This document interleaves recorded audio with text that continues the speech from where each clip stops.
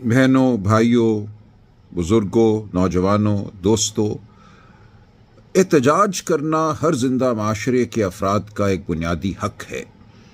یہ حق آپ کو آئین بھی دیتا ہے، یہ حق آپ کو آپ کے انسان ہونے کے ناطے سے میسر ہے۔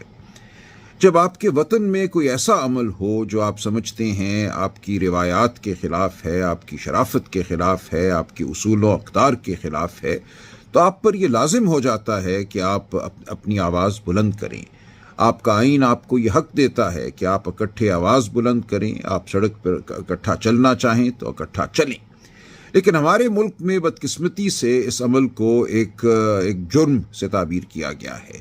ریاست یہ سمجھتی ہے کہ آواز بلند کرنے والے انتشاری ہیں، ان کے خلاف ٹیئر گیس شیلوں کا استعمال جائز ہے، ان کو لاٹھی چارج کرنا جائز ہے، ان کو روکنا جائز ہے، اور اس کے نتیجے میں ایک ہڑبڑ پیدا ہوتی ہے، ایک ایسی صورتحال پیدا ہو جاتی ہے جو نہیں ہونی چاہیے۔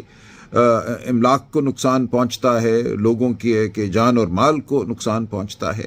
دیکھیں، جب لندن میں لوگ نکلتے تھے عراق میں جنگ کے دوران احتجاج کی خاطر، 10 لاکھ لوگ ایک دن نکلے، ہم نے بہت تعریف کی، ہم نے کہا کیا باشعور لوگ ہیں، کیا باضمیر لوگ ہیں، آفرین ہے۔ لیکن اپنے ملک میں اگر آئین کی پامالی کے خلاف ہم نکلیں، اگر جھوٹے مقدموں کے خلاف ہم نکلیں، اگر الیکشن کو لوٹنے کے خلاف ہم نکلیں، تو ہمیں انتشاری کہا جاتا ہے، ہم پر ٹیئر گیس شیلوں کی بارش کی جاتی ہے، لاٹھی چارج کیا جاتا ہے، جھوٹے مقدمے بنائے جاتے ہیں، FIRیں کاٹی جاتی ہیں۔ تو یہ ایک ایسی صورتحال ہے جس سے ہمیں نبرد آزما ہونا ہے۔ ہم نے اپنے ملک کو اگر بہتر بنانا ہے، یا جمہوریت نے فروغ پانا ہے، سچائی نے فروغ پانا ہے، شرافت نے فروغ پانا ہے، تو ہمیں پروقار طریقے سے اپنی آواز بلند کرنا ہوگی، ہمیں احتجاج کرنا ہوگا۔ اس سے کوئی مفر نہیں ہے۔ ہمیں باہر نکلنا ہوگا، ہمیں کہنا ہوگا کہ ہمارے آئین پر حملہ ہمیں قبول نہیں ہے، ہمارے بنیادی حقوق کو اگر تابع کیا جا رہا ہے مقتدرہ کی خواہشات کے، یہ کہا جا رہا ہے کہ اگر مقتدرہ فیصلہ کرتی ہے کہ کوئی بھی معاملہ قومی سلامتی سے منسلک ہے تو ہمارے بنیادی حقوق سلب کر لیے جائیں گے، ہمیں فوجی عدالتوں کے سامنے پیش کیا جائے گا، ہائی کورٹوں کو مغلوب کیا جائے گا، ان کا اختیار سماعت چھین لیا جائے گا، ہائی کورٹ کے ایک جج کو ایک ہائی کورٹ سے اٹھا کر اس کی مرضی کے بغیر کسی دوسرے ہائی کورٹ میں پھینک دیا جائے گا، اس سے مقدمہ لے لیا جائے گا جو سن رہا ہو، اگر سنوائی مقتدر حلقوں کی خواہشات کے مطابق نہ جا رہی ہو۔ ایک نئی عدالت جس کو فیڈرل کانسٹیٹیوشنل کورٹ کہا جا رہا ہے قائم کی جا رہی ہے، جو کہ ایک فرد واحد، یعنی کہ جو ہمارے آج وزیر اعظم ہیں جن کے حوالے سے لاکھ ہمیں سوالات ہیں، کس طرح 8 اور 9 فروری کی رات الیکشن کو لوٹا گیا، ایک جھوٹے رزلٹ کے ذریعے ایک پارلیمان قائم کی گئی اور پھر ایک وزیر اعظم متعین ہوا۔ اس وزیر اعظم کی ثوابدید پر ایک جج، ایک چیف جسٹس لگے گا، اور اس چیف جسٹس کی ثوابدید پر باقی جج لگیں گے۔ ہم کہتے ہیں ایسا نہ کرو۔ جو بھی آپ کے مقاصد ہیں، جائز مقاصد ہیں آئین کے حوالے سے، ان کو آپ روشنی میں لائیے، ہم سے بات کیجئے، ہم ہر جائز معاملے کا حل جو ہے وہ تلاش کرنے میں آپ کی مدد کریں گے، لیکن شب خون آئین پر نہ ماریے، جھوٹے مقدمے نہ بنائیے، الیکشن کو نہ لوٹیے۔ اس غرض سے اگر ہم احتجاج کرتے ہیں تو یہ ہمارا حق ہے، ہمیں آپ نہیں روک سکتے، آپ کو ہمیں نہیں روکنا چاہیے۔ شہر میں دفعہ 144 لگا دی جاتی ہے کہ 4 بندوں سے زیادہ اکٹھے نہیں نکل سکتے، نکلنا جرم بنا دیا جاتا ہے۔ تو یہ جرائم کی بھرمار جو ہے صرف اس لیے کی جا رہی ہے کہ ایک خوفزدہ ریاست نہیں چاہتی کہ سچ سامنے آئے، کہ لوگ سچائی کی جانب بڑھ سکیں، اپنی آواز بلند کر سکیں۔ پچھلے چند دنوں سے مایوسی پائی جاتی ہے بعض طبقوں میں۔ اسلام آباد میں جو احتجاج ہوا اس کے بعد یہ کہا گیا کہ یہ احتجاج جو ہے کسی مصلحت کے تحت ختم ہو گیا، اور بہت باتیں کی گئی PTI کے اکابرین کے حوالے سے، رہنماؤں کے حوالے سے مایوسی پھیلانے کی کوشش کی گئی۔ میں آپ کو یقین دلاتا ہوں کہ ایسا نہیں ہے جیسا کہا جا رہا ہے۔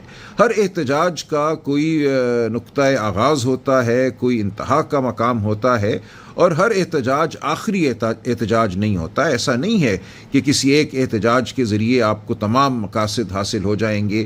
جو ناحق لیڈر عمران خان پابند سلاسل ہے وہ چھوٹ جائے گا، یا آئین میں جو ترامیم کی جا رہی ہیں وہ رک جائیں گی۔ یہ ایک عمل ہے، اس عمل سے ہمیں جڑے رہنا ہے. یہ ایک آئینی اور قانونی عمل ہے. ہمیں قانون آئین کے دائرے میں رہ کر اس عمل سے جڑے رہنا ہے, اپنی تگ و دو کو جاری رکھنا ہے. تو میں آپ کو یقین دلاتا ہوں کہ یہ احتجاج جاری رکھنا آپ کا حق ہے. آپ اس کو جاری رکھ سکتے ہیں, آپ کو جاری رکھنا چاہیے ایک مربوط طریقے سے, ایک نظم کے تحت, قانون اور آئین کے تحت. تو مایوسی بالکل نہیں ہونی چاہیے. یہ جائز نہیں ہے. جو چہمگوئیاں کی گئی وہ جائز نہیں ہے. میں نے معاملے کی تہہ تک پہنچنے کی کوشش کی ہے, اور میں یہ سمجھتا ہوں بہت تفصیل میں جائے بغیر کہ ایسا نہیں ہے جیسا بعض یوٹیوبر یا ویلاگر کہہ رہے ہیں. معاملات بالکل یکسر مختلف ہیں. پوری بات آپ کے سامنے یقیناً آ جائے گی.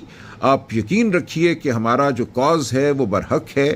ہم آئین اور قانون کے دائرے میں رہتے ہوئے اپنی سیاسی جد و جہد کو جاری رکھیں گے. ہم جو بھی قانونی اور آئینی راستہ ہمیں میسر ہے اس کو اپنائیں گے.